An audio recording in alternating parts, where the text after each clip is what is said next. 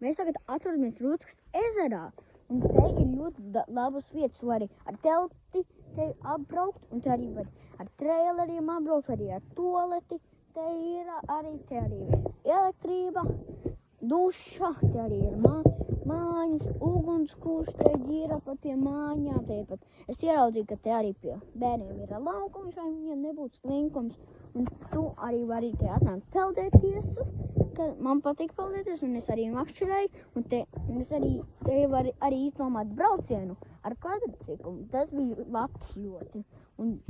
tu vari izdomāt laivu, pamakšķerēt laivā, vai pasēdēt, izbraukt apliet laivā, vai arī aiziet ar laivu, tāds līdzīgs kā laiva, bet tas ir sups,